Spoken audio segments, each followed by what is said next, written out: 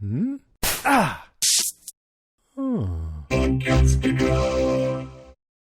Hi, to all you boys and girls out there in podcast land. Be sure to stay after the credits for an extended bonus segment between me and show regulars JD and Yolanda. It's almost long enough to be its own standalone bonus episode, but I included it here because it's directly related to one other interview that's referenced in this episode. I think you'll get a kick out of it. Don't forget to subscribe to the show in iTunes if you like what we're doing, and leave us a rating and review. All right, on with the show. Scene 1, take 10, marker. And action! I'm a huge fan of romantic comedies, when they're done right. I recently saw a trailer for a romantic comedy that looks both funny and poignant. The kind of film that will not only make you laugh, but will lift your heart and give you hope in humanity. Here, let me play a bit of it for you. Meet Jack Torrance. I'm outlining a new writing project. He's a writer looking for inspiration. Lots of ideas. No good ones. Meet Danny. Mr. Torrance. He's a kid looking for a dad. There's hardly anybody to play with around here. What's up, Doc? Jack just can't finish his book. Now, if you're a well-versed cinephile, you'll undoubtedly recognize those names. They're probably on the tip of your tongue. It's a fun and delightful little romp of a movie called Grab your things, I'm going to take you home. Shining. Well, technically it's called The Shining. And if you haven't already figured it out, that was not a trailer for a real movie. It's actually a 2012 fan-made trailer comprised of scenes from the horror and thriller classic The Shining, based on the Stephen King novel, starring Jack Nicholson and Shelley Duvall. I played that clip to illustrate a point.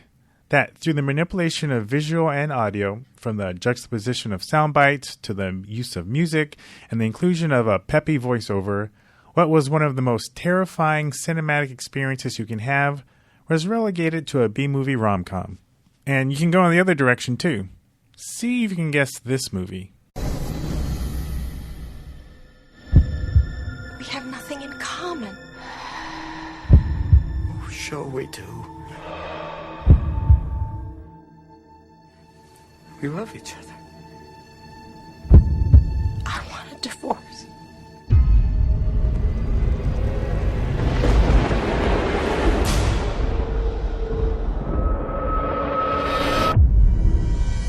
The reality, Mr. Hillard, is that your lifestyle has been very unorthodox. That was the fan-made trailer for the 1993 comedy Mrs. Doubtfire, starring the late great Robin Williams and two-time Oscar winner Sally Field. Just a juggling of some scenes and sound bites, combined with some creepy sound effects and erratic visual filters, and voila, what was a comedy becomes a psychological horror flick.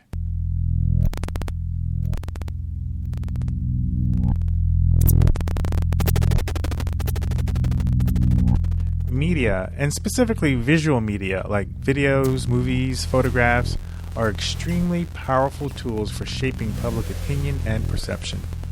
But how much of it can we really trust? Can our eyes and ears deceive us? What's before and after the head and tail of those clips that provide important and relevant information? What don't you see behind the scenes that paints a picture of what's really happening?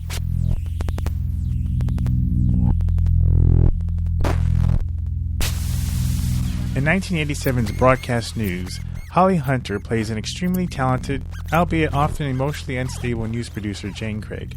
Albert Brooks, who also wrote, produced, and directed the film, plays Aaron Altman, another talented producer who lacks the physical charm needed to be in front of the camera.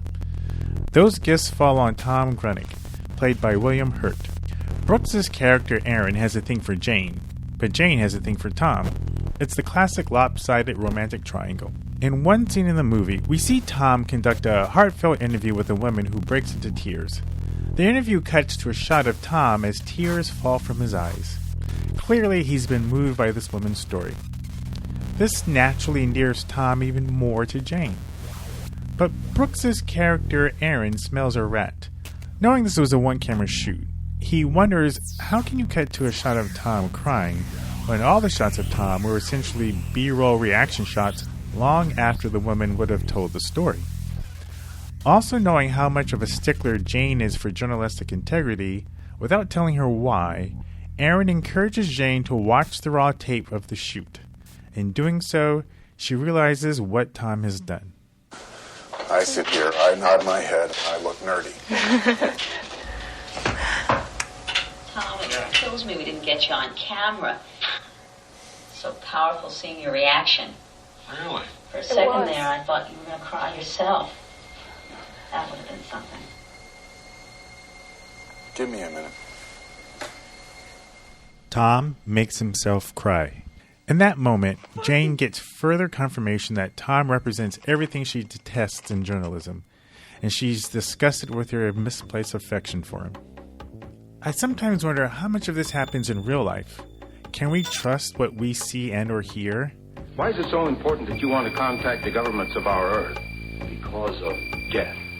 Because all you of Earth are idiots. Mention names like CNN and those on the political right will immediately cast doubt into every word that's uttered from the channel. On the other side of the tracks, Fox News is an ongoing punchline for jokes by people on the left. Then there's the quote-unquote journalism by everyday Jane and John Does, quick to whip out their cell phone and capture some horrible transgression. Well, today on the show, we're going to discuss this topic of truth in media and how our roles as filmmakers come into play. What responsibilities do we have in utilizing our powers as storytellers to convey truth? And is there more than one kind of truth that you can convey? You see, your stupid minds, stupid. I'm Ron Dawson, and this is Radio Film School Short Ends.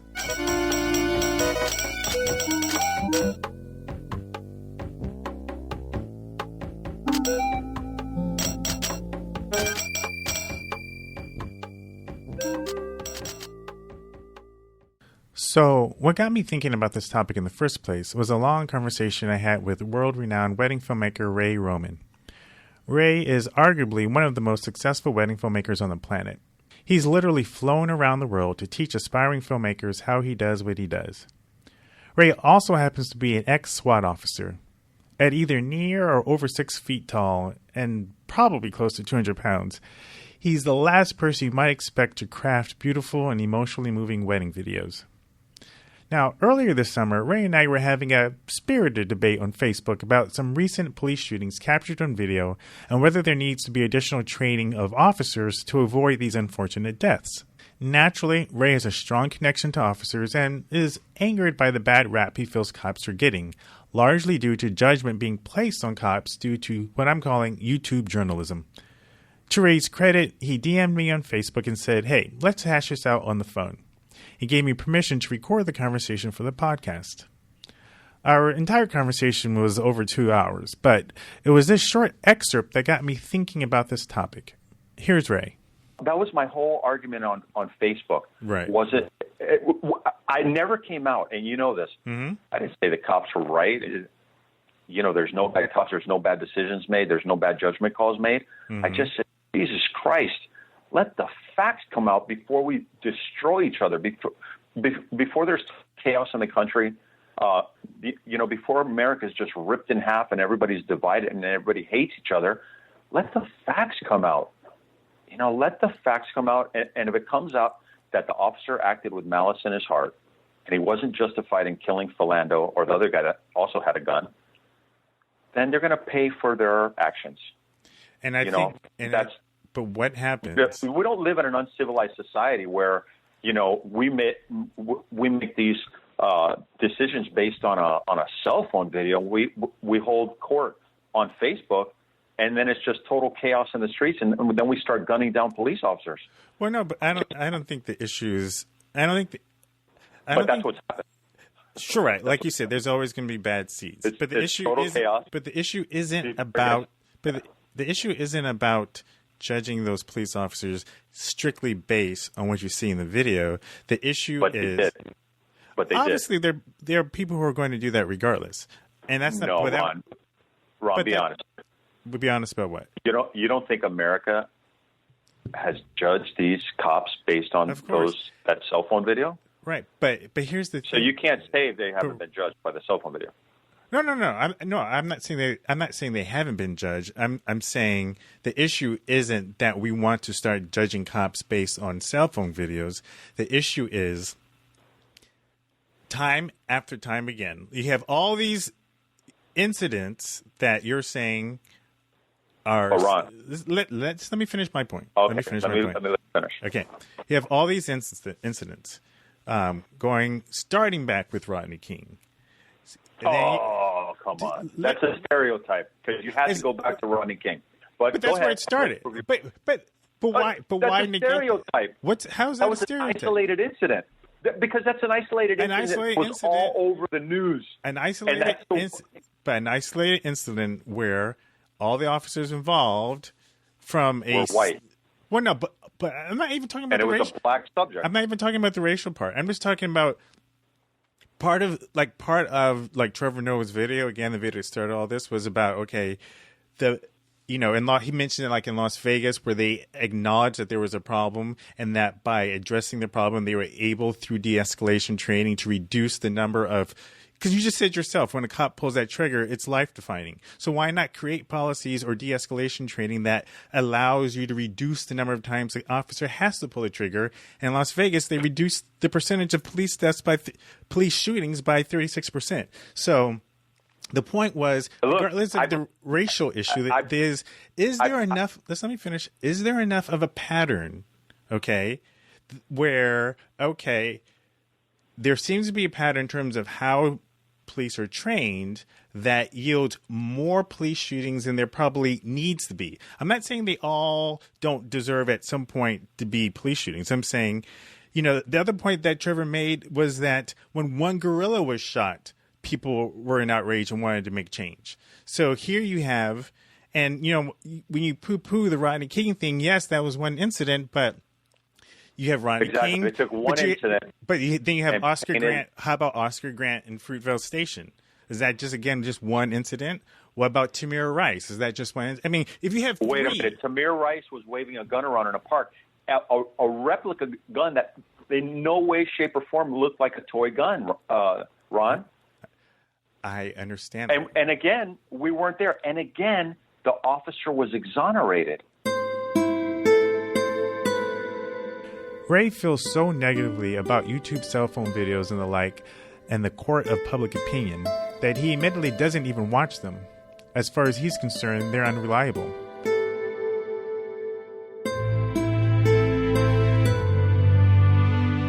It was frustrating to me that he judged these videos and their content without even seeing them. But I wanted to delve deeper into this topic. What did other respected filmmakers think about the state of citizen journalism via YouTube and Facebook videos? So later that week, I was on a call with Radio Film School show regulars JD and Yolanda. JD is an independent filmmaker, and Yolanda, as you know, is a producer in Hollywood. Since they're practically co-producers of this podcast, I let them hear the entire 2+ hour conversation that I had with Ray, which covered a whole litany of other topics like Black Lives Matter, police training, what the life of a cop is really like, etc.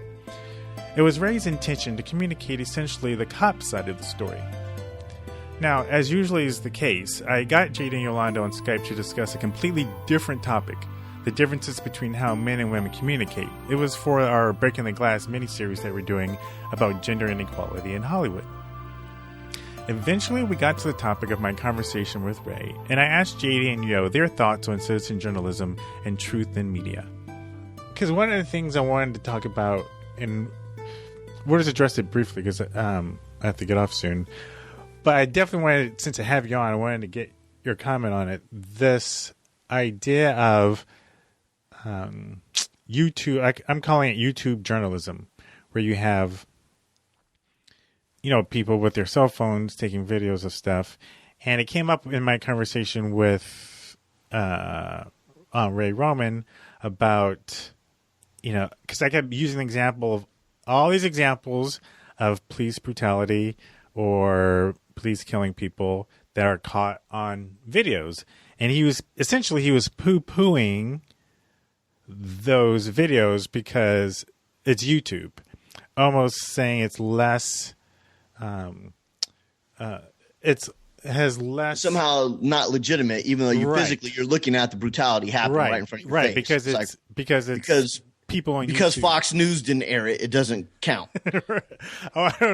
I don't even say that, but I'm gonna say it. I'm gonna say that shit. Yeah, because Fox didn't air it, it don't count. Your thoughts on that? Well, the point he specifically made is like you don't see what's happening before the video or what's happening after the video. Okay, gotcha. And he's always saying, you know, let's just wait for the facts to come out. And I was saying, I kind of hear what you're saying, but when you have like this many examples, and I brought up, and I said going back as far as Rodney King, he was like, "Oh, you got to bring up Rodney King," and I'm like, and I was like, "But dude, I mean, like your eyes don't lie, like you don't." So yeah, we do have to bring up Rodney King. We got to bring up a whole bunch of shit. It's not just Rodney King; it's a whole bunch, one after the other, and it's something that's been known in the black community forever.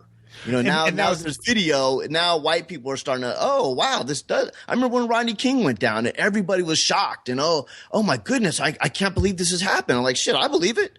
I've seen shit like this outside my house. It's interestingly conflated because there's a phenomenon now with cameras being everywhere and also coinciding with the fact that anybody can load from their cameras to the world on the internet. That's recent history. Right. Okay. So I've had conversations completely unrelated to what we're talking about right now, but about like, say, for instance, crime. Like I've had conversations about, are we more paranoid now about things that have been going on since the dawn of time, or at least the last, call it 50 years, but because we now know about it and we're now so much more hyper aware about it because of the proliferation of information and video and all these things. Like, are we now thinking, oh my God, all this? So there are those who would say, oh, now suddenly all these people are putting these things, suddenly, they've got these cameras and they think this is going on, but they're not seeing the rest of, okay, so I'm going to have a separate discussion about editorial, but where's all the videos of when the cops get it right? Or where's all the videos of when, the criminals are doing X, Y, and Z? You're not seeing all that video. The only thing that's sensational is the videos where the cops are doing wrong, but actually from a statistical standpoint, that's really not all that prevalent, which I completely disagree with. But so, there's a conflation of all these things happening at once. Separately, although I am not in agreement with this guy on the police brutality issue, there is something to be said, and it's across the board of whether we're talking about Black Lives Matter issues or we're talking about Kim Kardashian or whoever and these videos that get loaded or Justin Bieber, whoever of, for instance, here's a great example. The Kanye West and Taylor Swift, have had this recent beef about him putting her in the song, and then Kim Kardashian released Kanye on the phone with Taylor, and Taylor saying, oh, yeah, sure, that's fine, blah, blah, blah, blah. But now Taylor saying, well, but he didn't say this, and you didn't hear the whole conversation. And so I think it's very valid, and I often have a conversation with some friends of mine of I never start commenting on something like that until I know the full context of everything that goes on. Because even like news sources that I rely upon, that I watch all the time, I'm like, well, that's edited. So I need to know the full story of what's going on here before I make a judgment.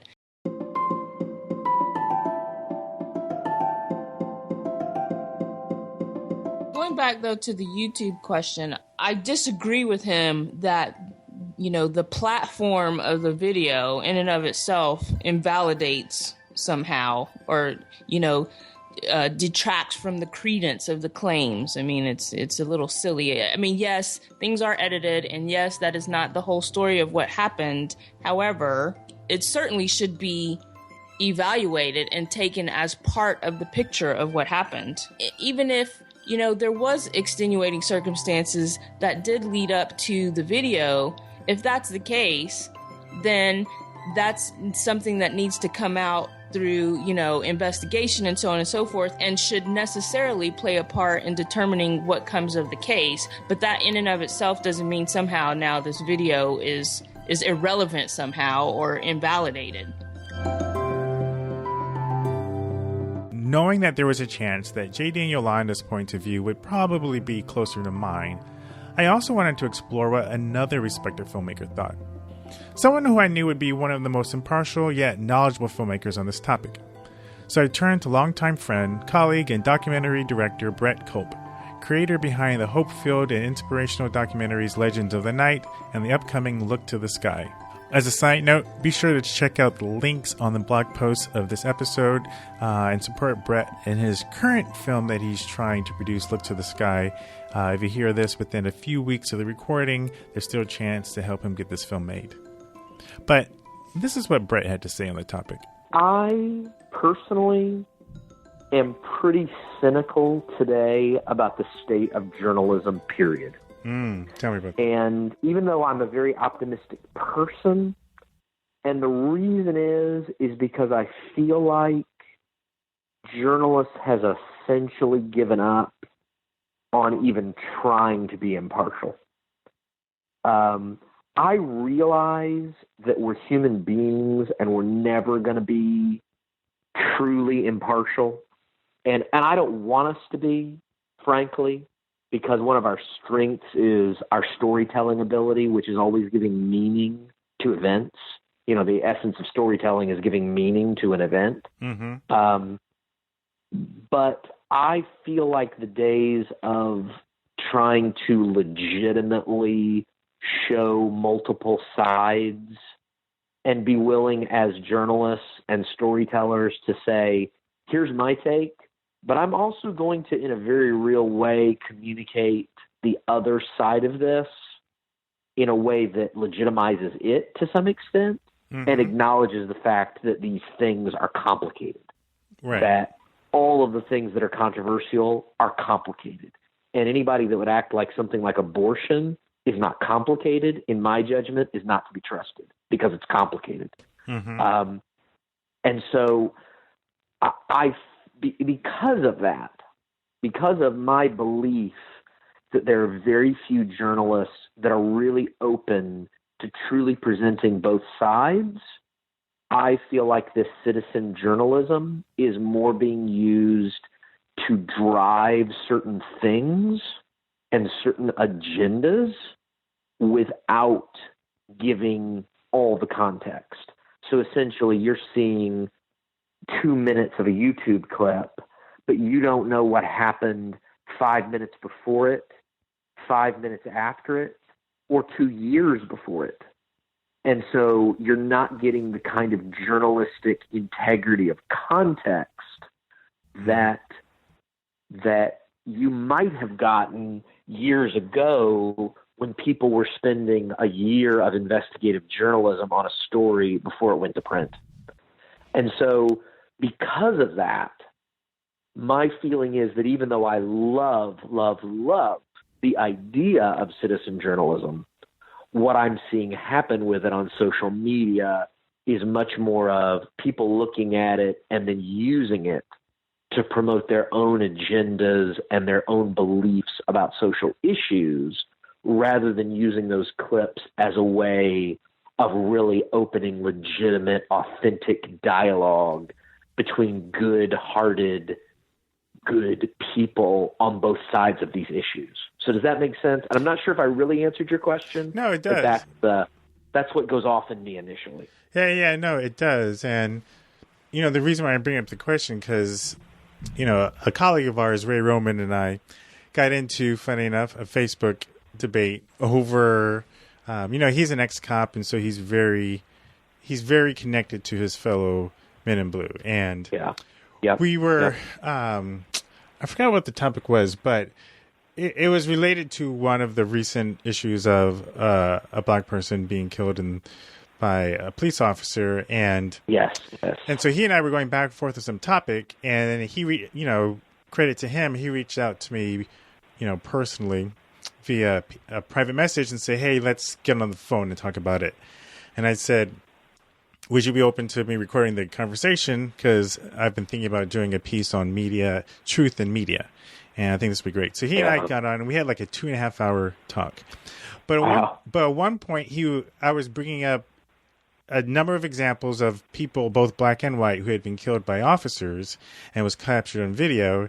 And he said something similar to what you said, where we don't, let's wait till we get all the facts in, but we don't know what happened on either side of that video. And I was saying, and I was saying, I understand that, but with what I'm seeing, there is a story within what I'm seeing. Like, there is context even for what I'm seeing. So at some point, you can look at what you're saying, and regardless of what happened before or after, you could say, okay, this is a point where it seems like they could have subdued the person, something like that. And so, but yes. It doesn't what I just said doesn't delegitimize a moment where some sort of atrocity is committed. Absolutely. Right.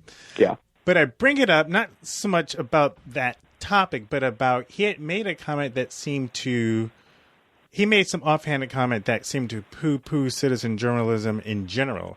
He said, "Oh, you're basing this off some stupid YouTube video." He didn't say stupid, but he was discounting the validity. He was discounting the validity of the video simply because it was on YouTube and it was shot by some average person. And I was saying, I think there's validity to your point that we don't know what happened on either ends of that video, but video is still video, and there's certain things that you can react to within the context of it, regardless of whether or not it was shot on a cell phone and a smartphone, or if you had a trained journalism in there with, a DVX 100. You know what I'm saying? And so that's why I wanted your thoughts on that. Yes, and I think that's the issue. Now, the question is, so you can look at that and say, okay, here is the thing. What's difficult for me, and it's this dynamite combination of social media combined with citizen journalism, is that then the question still becomes, you have this reality. What's the problem? What is the real problem here? What is the issue? What is the solution? And that's where these things become, nitroglycerin for me. It's like, okay, you see this, but that does not necessarily mean the problem is this. Right. The problem could be this, it could be this, it could be this, or it could be a combination of all of those factors. And where social media gets, the combination of citizen journalism and social media gets frustrating for me is when somebody watches a clip but brings their assumptions to it and not deep research or deep understanding. Mm-hmm. And now what's going viral is a mentality that is not really based on a deeper understanding of what's causing these things and what the solutions can be, but just a knee-jerk reaction to what the problem is and what the solution must be. Yeah. And I think that is what that combination is, for me, the dangerous side of it. Mm-hmm. Because, again, it's the thing about, there's a wonderful article that Joel Stein wrote for the newest issue of Time, mm-hmm. and it's about trolls and about hate on the internet. And he's essentially, in the introduction to that article, paints a picture of, the internet was supposed to be about the free sharing of ideas. It was supposed to be about how we're going to be more open and sharing, and information is going to flow freely. But instead, it's being used by closed-minded people to force their agenda on you, whether you're interested in it or not. And that's both from the right and the left. And, that's where this combination is difficult, because now we have essentially, when citizen journalism just becomes more ammunition for your particular political viewpoint rather than an opportunity to share information and have real dialogue, now it's not helpful. Now it's just more bullets flying through the air. Yeah. And a lot of it falls on the responsibility of the person watching, which, the internet. Yes. As we were discussing earlier, sometimes people can't see beyond what they already believe or what they already want to believe. It's so hard for us to separate our personal perspectives, and with these things then ignite what are very nuanced discussions with complex solutions into slogans, sound bites, and villainizing and victimization, where a lot of times it's more complex than that. And I'm not just talking about this white cops beating up black guys. I'm talking about anything. I'm talking about shooting an ape in a zoo, or a child being eaten by an alligator at Disney World, or, whatever it is that is our outrage of the week. Not to minimize any of those things, but this is what we do. Yeah. This is how the social media tends to run. Yeah. Well, you know what that reminds me of and makes me think about is just how our own experiences affect how we respond to any kind of visual medium, whether it's a photograph or even a movie. I remember a number of years ago, over 20 years ago, the church I was attending at the time had this really cool series called The Gospel According to Hollywood. And they showed a bunch of different videos that weren't, many of which weren't specifically related to like the gospel, but they were related to spiritual issues, right? Yeah. The first video that we watched in the series was actually The Matrix. And what was interesting was how, and this is a point that the person who was teaching the class brought up, was obviously everyone in this particular class were Christian. They were self-defined Christians, and how they saw Christian themes all throughout the Matrix. Obviously, Neo is the one, and go on and on and on. You can see, how he died and came to life again. Obviously, there are all these Christian themes. You can see it again.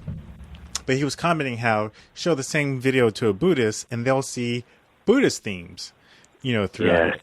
And so you can show the same movie to two different people, but because of their deep rooted beliefs and whatever, whether it's political or religious or whatnot, they see that movie differently. That's correct. Yeah. That's correct. And it's a great point. And it's why, even I have to admit to doing it. I bring to the documentary films that I make a spirit of hope. And you're not going to get it out of me. It is the perspective I view the world through. And so when I walk into a situation and I walk into a story, I'm looking really for a universal message of hope in it. Now, someone else would walk in with looking for a message of chaos, or looking for a message of selfishness or the dark side of humanity. And they would tell a different story about those same events. And which is why, even though I'm not a relativist in every facet of my life, that, I'm not going to say there's not an absolute truth. There are absolute truths. But when it comes to story and the way we use story, it's always subjective. Whether you're using it like Hitler did, or you're using it like, Quentin Tarantino or Frank Capra, or it doesn't matter who. Great story. Somebody posted the other day, commented on one of my posts, that I would be a great leader of a cult. What? Because was that a compliment? Yeah, because I was so good at telling stories in a way that shape a perspective. And, if I ever decided to use my powers to build a cult, I probably could. And, at the end of the day, that's what negative influence leaders do. And whoever you want to choose, for that, whether you want to take current context in the political scene or not, this is what they do. And it's hard to avoid.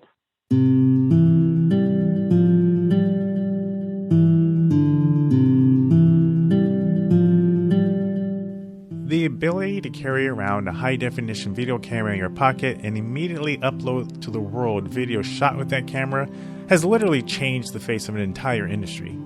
As Brett alluded to, there was a time when journalistic integrity required in-depth investigative reporting, fact-checking, and crossing all of those proverbial T's and dotting all those proverbial I's.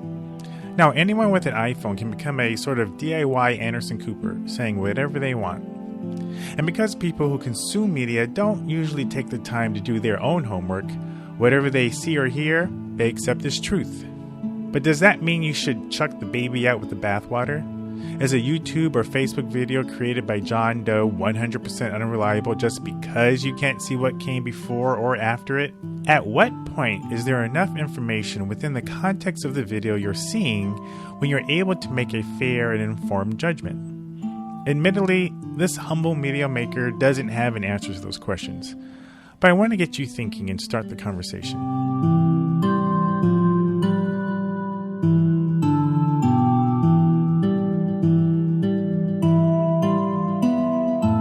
As filmmakers, however, we wield even more power.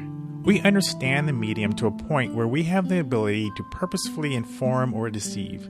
We can use the power of editorial to create propaganda that communicates a particular point of view. We can turn comedies into psychological thrillers and horror into hilarious rom-coms. And nowhere in the world of filmmaking is the power of editorial as potentially empowering and even dangerous as in documentary filmmaking. On the next episode of Short Ends, we'll follow up with part 2 of my Truth in Media miniseries as we look at documentary filmmaking. From wedding films to feature-length docs, truth comes in many forms, and sometimes all is not what it appears to be.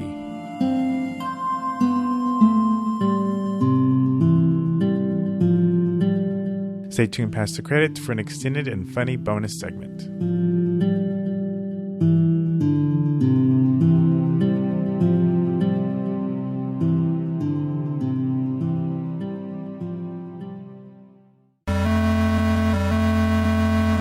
Radio Film School is a production of Dare Dreamer FM. This episode was written and produced by me. Chris Husledge is our co-producer. Radio Film School is a proud member of the Podcastica Network, a small collection of pop culture podcasts that cover topics from your favorite television shows to meditation and health to podcast production. This and other great shows can be found at podcastica.com, a cornucopia of podcasting goodness. Music for this episode was curated from freemusicarchive.org. Links to tracks are in the show notes.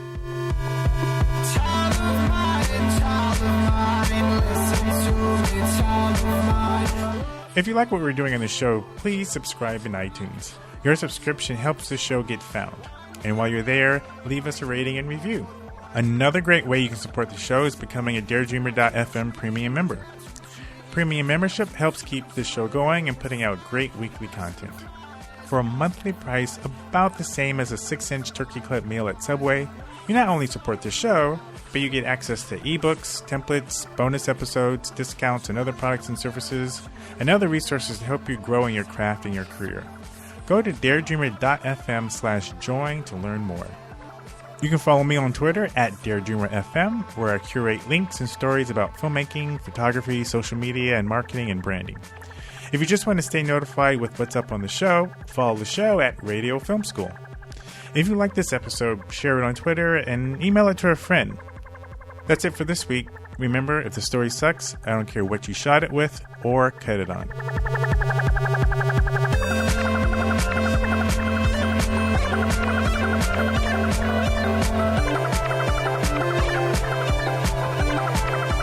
So, the whole reason for my call with JD and Yolanda was to record a discussion about the differences between how men and women communicate. After we had finished that conversation, as well as the tangent conversation about YouTube journalism, right as we were about to hang up, JD asked about a text exchange that the three of us had had.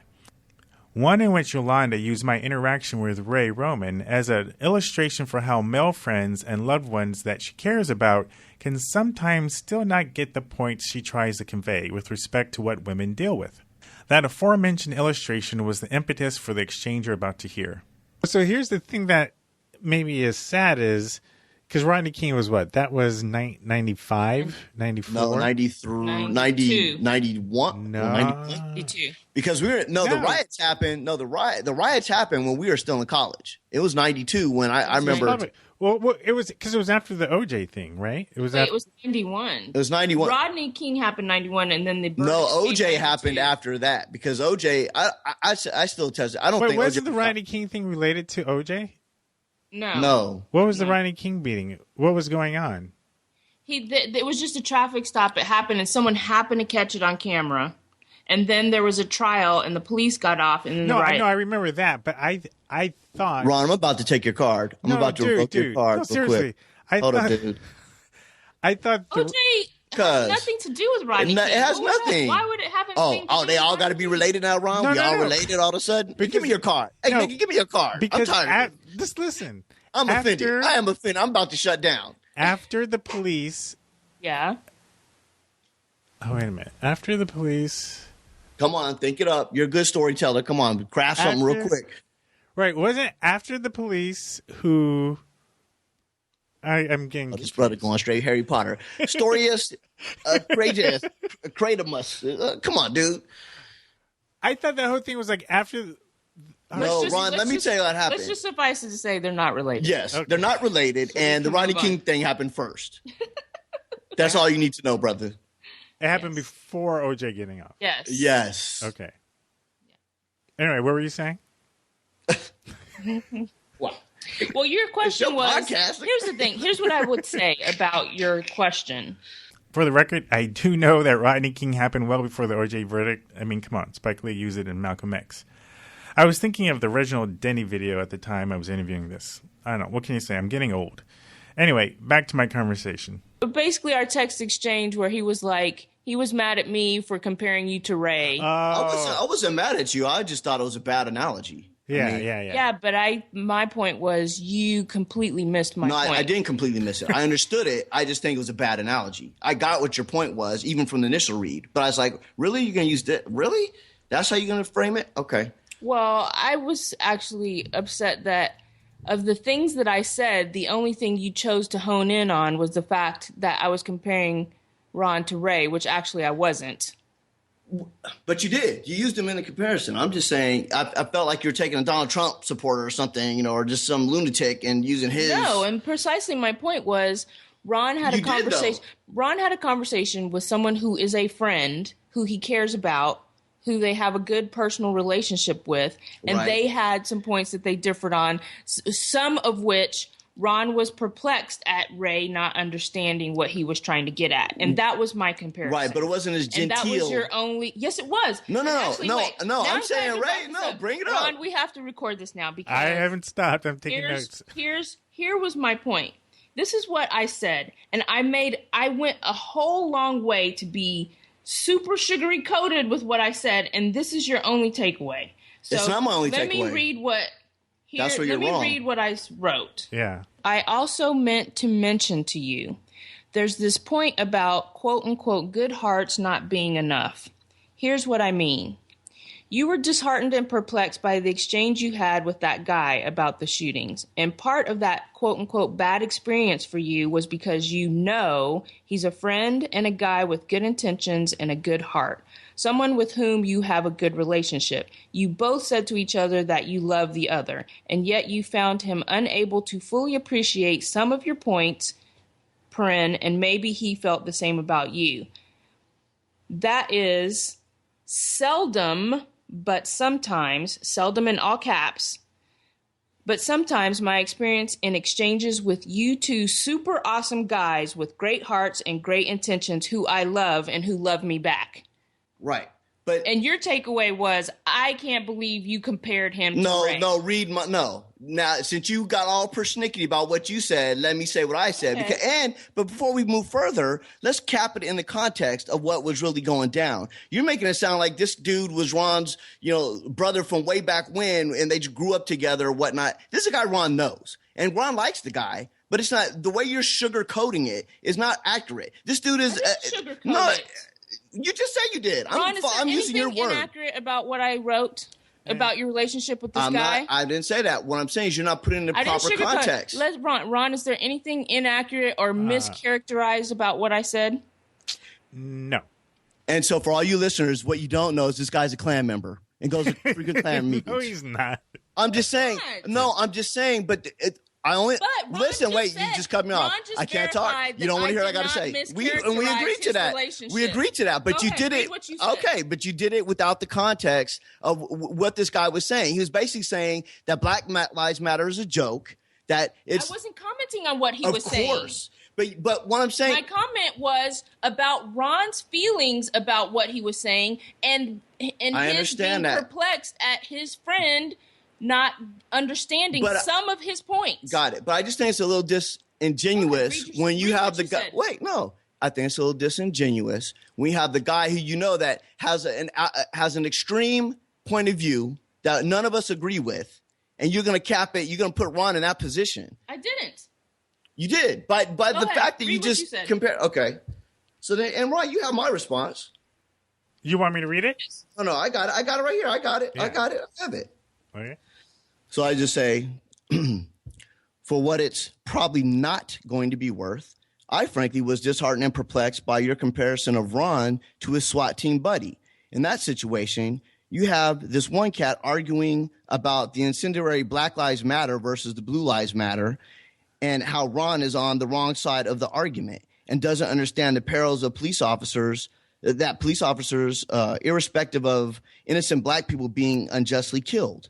On the contrary, Ron has explored the issue of sexism in the industry with his female counterparts, but never tried to argue down your point of view and categorically told you were wrong and that you just don't get it as a woman in a man's world and drew a proverbial masculine line in the sand that he wouldn't cross.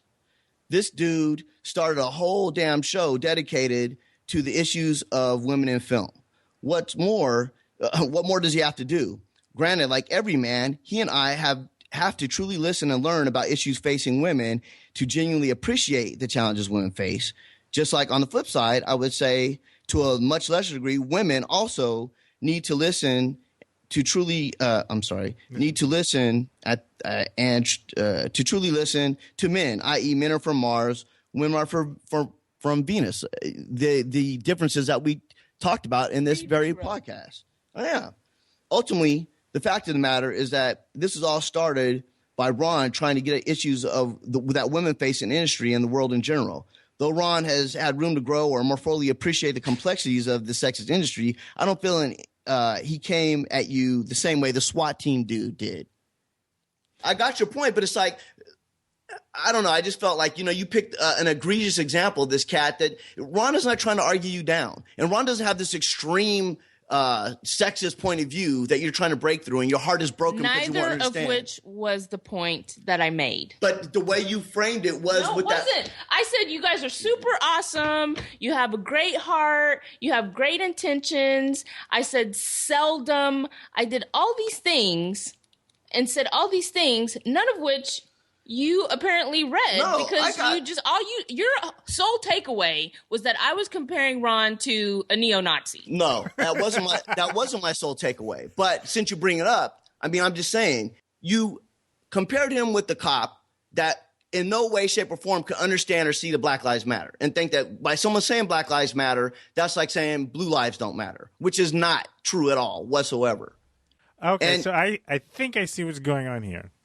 JD is interpreting Yo's comment as a comparison of me to Ray, whereas Yo is not comparing me to Ray. The only thing Yo is comparing is the lack of understanding, right? The lack of comprehension that I have, the lack of comprehension about a fellow friend's point of view about something that seems to be so far off. When this is a person that's correct. Who's and are you so far off, Ron? Are you that far off from what she's saying? Because that's what kind of got me. I'm like, well, wait, he's not that far off. He's not that dude. No, that is not the point. That wasn't her point. It's just the instances, the isolated instances, seldom as they might be, but that sometimes happen where you are perplexed that this person. Your perception is that this person is not fully grasping what you're trying to say. I understand that point. I understand that point. I'm not arguing. That was it. That was all it was. Okay, and I just said it was a bad analogy. I think it's a bad analogy. All right, fine. Look, Ron. Okay, we're done. You're like Hitler, Ron, but don't let me sugarcoat this because you're a really sweet guy. That's exactly what I said. No, I'm just saying. Like I'm just saying you can pick people. Really, when I said super duper awesome guys who have great hearts and great intentions and who love me and I love them back. Ron. That's calling him Hitler? No, but here's the thing. Super duper guys, right? Ron, didn't you email us and tell me that you got heat from other filmmakers or people that knew this guy, your SWAT team buddy, and said he was, I can't believe they're like, we're done with you, Ron. We can't believe you interviewed this guy or talked to him. So he sounds like a jerk. I don't know him. I'm not going to say he is. I don't know it, but from other people, it sounds like they got. Say he was him. But Yolanda, you're missing my point. I'm just saying you could have made that point without using homie, without using the SWAT team. No, I specifically needed to use that point because Ron probably has not often had the experience where he's dealing with someone who is a friend and who... How do you know? Who he's making a point to, who that friend literally cannot grasp what he's trying to say, and Ron not being able to reconcile in his mind because Ron finds it so clear or so something right in front of your face, and not being able to understand how this person, who he knows to be a good intentioned, good person, to not be able to understand and grasp what it is Ron's trying to say. Right. That's why I needed to use that specific example. Okay, but because I feel like he had made a breakthrough, and it was part of your podcast last time, your Breaking the Glass podcast, where you were like, I'm starting to... I think you were making the point about, me having said, don't say think like a man or something. You were saying something. Right. And I've recognized a few exchanges you've had recently. I think Facebook things, whatever. And I was like, I want to use that as an example because it's a specific time where you're personally experiencing something that women feel like they experience sometimes. That's why it was relevant to use him for the You example. keep saying that over, and I get it. I get that, understand. But I just said, wow, but Ron's not. Because in other words, to make that comparison, the way you're framing it, it's like you then become Ron, and Ron becomes the cop dude. Basically, that's what you're saying. In the analogy, I know, Ron, you're a super sweet guy. I love you to death. But you're this dude now. All right, so here's... It's like, in this situation, you're like, and you need to understand, like, how you felt about trying to... But all right, so this is interesting. Wait, hold up. This is interesting. Because I think this goes to the holistic thinking topic that Tazar brought up before. But I'm on the holistic side this time, it would seem. No, actually, you're not. Yeah, because I'm looking at all I'm looking at all these aspects of it. And she's like, no, you only got to look at it this way, JD. I'm only saying X, Y, and Z, and that's it in this order. No, and I'm saying no. Take everything in the context. No, you can't. I'm not saying that, JD. I'm saying no. You are. There is more to it than just it. It's when you say, Yolanda, it's very sugar. It's very nice and sweet, and I get it. But here's where you could say the thinking that you have, JD, is linear. You're saying because Yolanda used Ray as an example, therefore Ron equals Ray, because you just said. Right. She's me in the situation, and I'm Ray in the situation, or you said something like that. Right. Versus a more holistic way of thinking it is she's not saying at all that I'm like Ray. Like in her mind, there is no comparison to Ray. That it's this more. But what I'm saying, but what I'm saying is, I understand that, but you can't argue him down. Let him finish his point. I'm just saying that you can't say that though. It's you like can't say what? I think it's cheating in the discussion when you for example, I don't even want to say Ray is this dude because I don't know Ray. He might be a swell, great guy, and you guys might really be great friends. I don't know how long you've known Ray, but I would imagine that you've known him less time than I've known you, right? Okay, absolutely. So it's not like your boyhood friend that you grew up with, or you put it this way, you've probably known him half the time, if even that you've known Yolanda. Oh, sure, he's a colleague in the industry. I mean, exactly, I've seen him a colleague, not the super friend that you love, and I mean, dude, they were. Did you read the post? They both were saying, "Hey, dude," like they were trying to understand each other and say, I love you." They both said, "I love you" to each other. Okay. Guys don't tend to say that to each other unless they have a good relationship. Did you even read the exchange? All I'm saying is this: that you could have picked. All I'm just saying is this. Again, I don't know Ray, but lo and behold, even after I wrote that text, you chimed back in and said a lot of people flamed on you because you even entered a discussion with Ray. Well, not a lot. There was a couple people. Well, but enough that they hit you back and said, "I can't believe you had a discussion with this guy. He's a big jerk." Yeah, basically. but their reasoning, again, I guess part of the problem. We'll go around the mulberry bush all day. My only point I'm trying to make is that could it be fair to say that Ray is someone that rubs people the wrong way? Absolutely. Because of certain attitudes? He absolutely does. Okay, that's all I'm saying. So and so much so that people chimed in and felt the need to contact you and say, "I can't believe privately they talked to this." Yes, exactly. So I'm just saying that it's like, okay, now Yolanda comes at you saying this stuff, and I get her point. I understand it. It's a situation where here's someone that you have respect for, you love or whatever, and She was saying that, you were perplexed that he just couldn't get it. And that's how she felt when she was trying to describe things to you and I about certain things. And I'm like, okay, but that kind of puts us in the boat with this dude who, at least from the discussion you had with us about him, he drew a line in the sand. Mm-hmm. And he said, and so I'm taking in all the things in account that this guy's about and how he's going to come at you and argue you down about something. And for me, I don't feel, at least for me personally, I don't feel like I was trying to argue her down. No. I don't feel like, and I was looking at the whole context of who this Ray character is. And I just found it interesting she would use him to make that point. Right. Which she made easily, and she could have done without even, but she said, okay, but I used him just because it spoke right to the heart of what we're saying. And I almost felt like it just be. I couldn't make it I couldn't make the point in the vacuum because there's not the relatability of it. Right. Without that example. I get that. I guess what it just made me kind of feel in a certain way though, that like, wow, okay. So Ron, you remember the racist cop? I'm not saying Ray is, but just from this obnoxious cop. I'm just saying, remember the obnoxious cop that you talked to, Ron? You're just like him. I just want to make this point that, how you were frustrated you couldn't get through to this guy. I have a business associate who's called me for the third time now. Okay. We will probably take this up again. Yeah, we should table this because I just, okay. Again, it's just like, I get this. I get her point, and I'm not saying that's a bad point. It's like, wow, that's just I mean, it's like, Ron, you can't talk long enough. I mean, you talk too much on your own podcast, and then you're getting compared to this cat when you want to make a point. It's like, okay, I see. All right. This was good. You're taking ridiculous personal offense. I'm just saying. Yo, you need to call your friend back. Yeah, go call him. I just like, what does Ron got to do? I mean, I don't know how much more backbends he's got to do to. Okay, talk to you later. Right. Bye. Hey, JD, we'll talk about, I got to get the podcast up. Yeah, do your thing, man. All right, man. This has been good.